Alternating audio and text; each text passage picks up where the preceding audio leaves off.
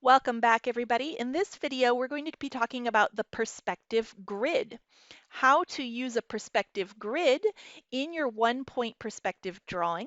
All right. First, we'll talk about how to use it for an interior view, and then also for a more abstract or an exterior view. Let's get started.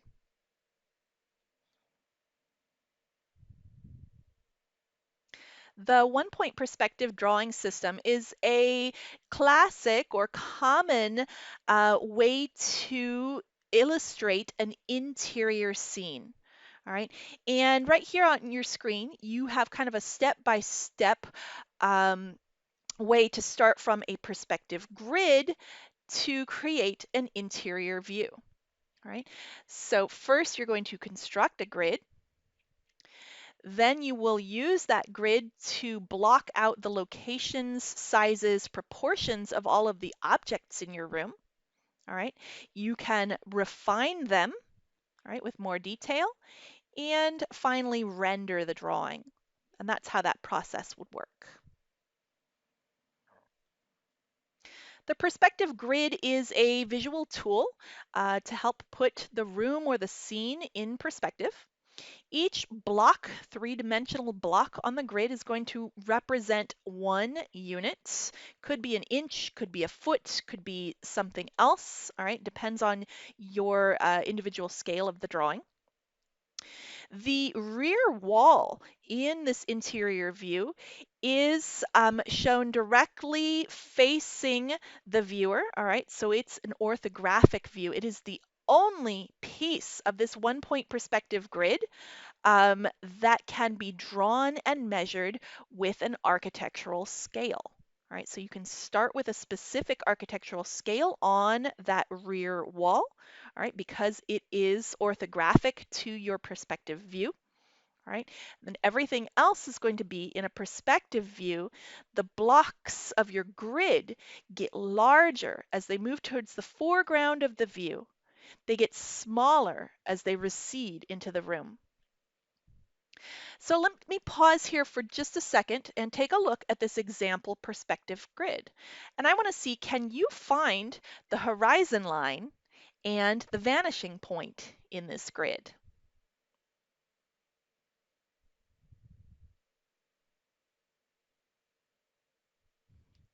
All right, time's up. Let's take a look.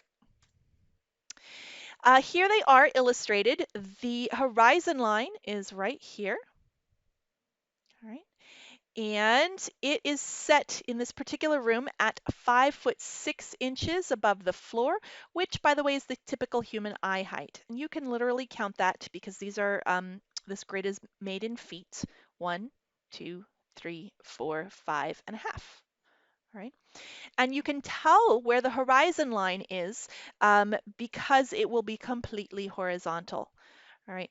Whereas this is a perspective line. It is not completely horizontal. And this is a perspective line, all right, compared to these completely horizontal back wall lines. The vanishing point is going to be this point right here. It was marked on the grid. And you can tell that, okay, because it is the location where your perspective lines, all right, will be completely vertical.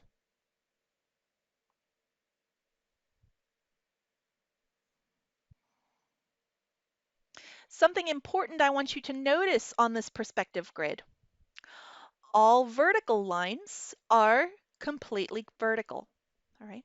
All horizontal lines, completely horizontal. Everything in the direction of view, however, are perspective lines, and they are going to recede to the vanishing point.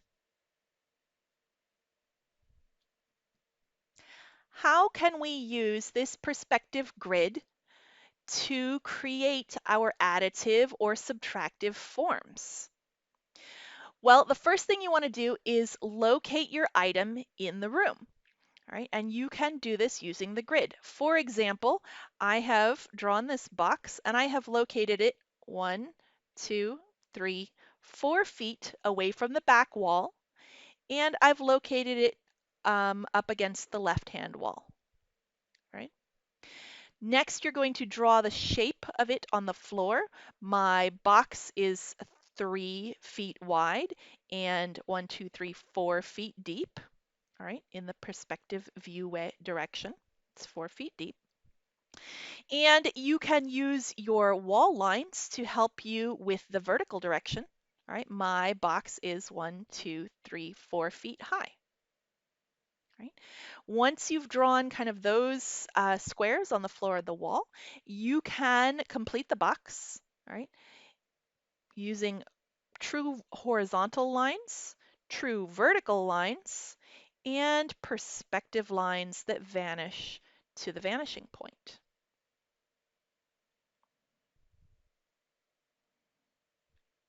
As you get more used to this system, all right, you can do it without drawing the full grid. And so here's what that might look like. All right, we've got kind of, this is a cropped view of our room. Here's our back wall right here. We would locate kind of the floor plan of our particular item. We would find its height. Remember that all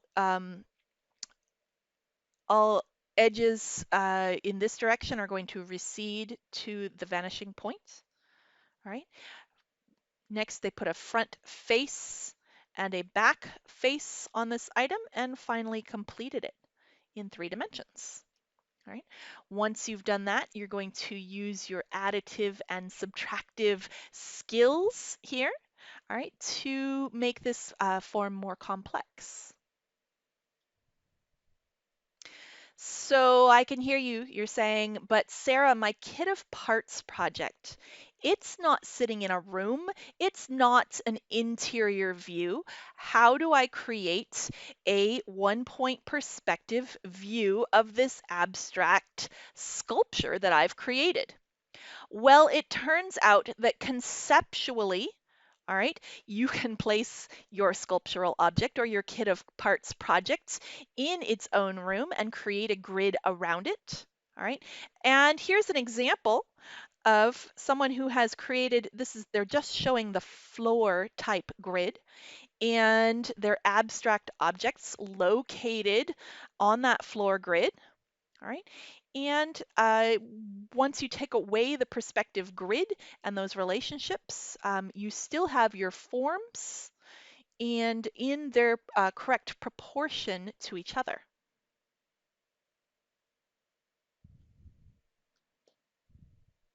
Thanks, everyone. In this video, we covered the perspective grid as a tool, all right, to help you create your 1-point perspective drawing. This week's activities are going to be an opportunity for you to practice this grid.